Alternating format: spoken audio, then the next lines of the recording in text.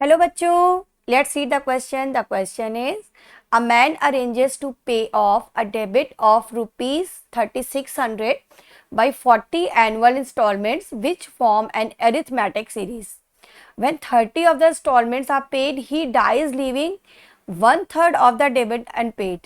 Find the value of first installment. तो उसे क्या करना है, उसे अपना डेबिट या उधार क्लियर करना है और उसके लिए उसने इंस्टॉलमेंट बना ली है. 40 इंस्टॉलमेंट उसे पे करनी होगी. ओके. और 30 इंस्टॉलमेंट पे करने के बाद क्या होता है, वो उसकी डेथ हो जाती है और वन थर्ड अभी भी अनपेड रह जाता है अमाउंट. तो फर्स्ट इंस्टॉलमेंट कितनी होगी ये हमें निकालनी है. तो सबसे पहले की कॉन्सेप्ट देख लेते हैं यहाँ पर क्या यूज होगा. So the key concept is sum of n terms of arithmetic progression AP. Okay, sum of n terms of AP.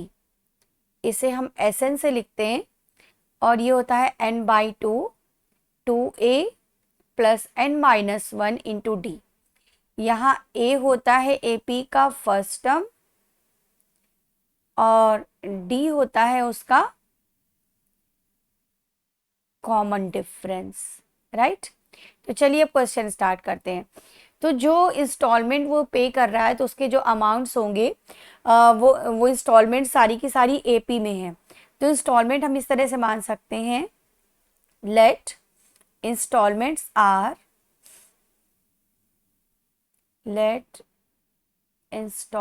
Are first installment हमने मान ली ए.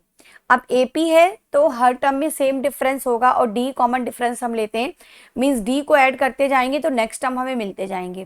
तो इंस्टॉलमेंट्स क्या हो जाएंगी, इस तरह से हो जाएंगी. ए फिर आएगा ए प्लस डी, फिर डी फिर से ऐड कर देंगे ए प्लस 2d. ये सब के सब रुपीज़ में हैं. ठीक है, रुपीज़ ए देगा पहली इंस्टॉलमेंट में, फिर दूसरी इंस्टॉलमेंट में उसने दे दिए रुपीज़ ए प्लस डी, तीसरी इंस्टॉलमेंट में उसने दे दिए ए प्लस 2d. इस तरह करते करते कितने टर्म्स आएंगे यहाँ पर, 40 टर्म्स आएंगे. ओके. अब हम निकाल लेते हैं कि टोटल इन 40 टर्म्स का सम कितना है. Means amount paid in 40 installment कितना होगा. अमाउंट पेड इन 40 इंस्टॉलमेंट्स कितना उसने पे कर दिया होगा. तो ए तो फर्स्ट टर्म हो गया, डी कॉमन डिफरेंस हो गया, नंबर ऑफ टर्म्स हो गए 40. फॉर्मूला अप्लाई कर देते हैं. तो 40/2 2a प्लस 40-1 इंटू डी. तो ये आ जाएगा 20 और 2a प्लस 39d.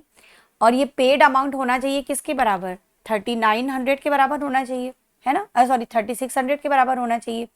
तो इसे हम 3600 के इक्वेट कर सकते हैं क्योंकि इतना ही अमाउंट पे करने का प्लान किया उसने. तो 20 into 2a plus 39d equal to 3600 कर सकते हैं.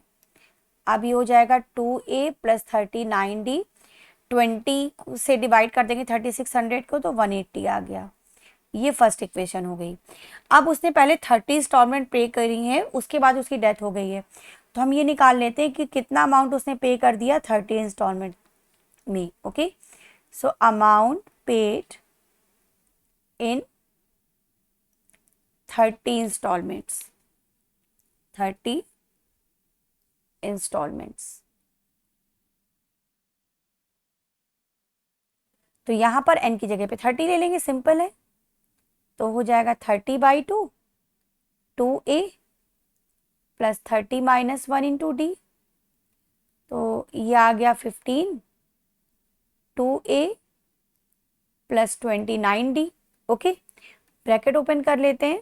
तो 30a प्लस इधर मल्टीप्लाई करने के बाद मिलेगा हमें 435d. तो इतना अमाउंट उसने पे कर दिया 30 इंस्टॉलमेंट में, इतने रुपीस पे कर दिए. अब उसका पेड अमाउंट बचा कितना, रेस्ट अमाउंट हम निकाल लेते हैं कितना रह गया जो अनपेड रह गया. So amount unpaid.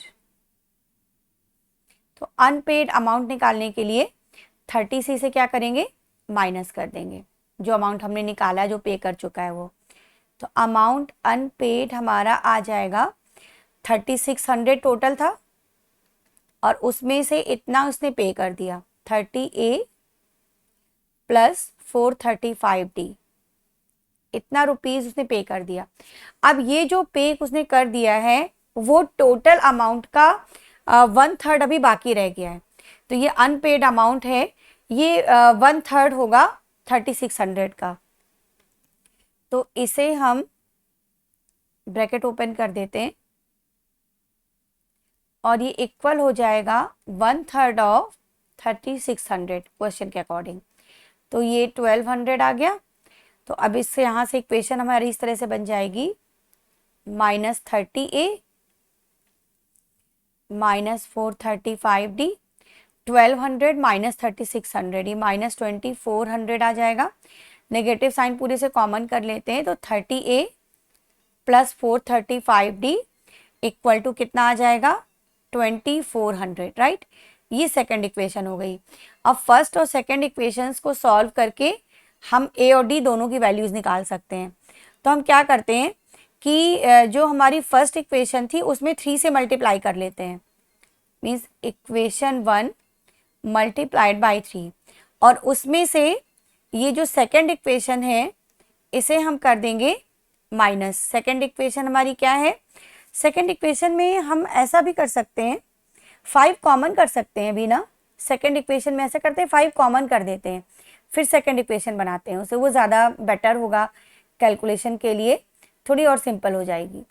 तो यहाँ से हम 5 अभी कॉमन और कर देते हैं, उसको फिर सेकंड इक्वेशन ले लेंगे। ओके, तो 5 कॉमन करने के बाद ये क्या बन जाएगा, 5 कॉमन करने के बाद ये हो जाएगा 6A प्लस 117D, पूरे से 5 कॉमन ले लिया दोनों साइड से, इक्वल टू 540, ये सेकंड इक्वेशन है। ठीक है, अब इक्वेशन 1 में 3 से मल्टीप्लाई करते हैं और उसमें से सेकंड इक्वेशन को कर देंगे माइनस।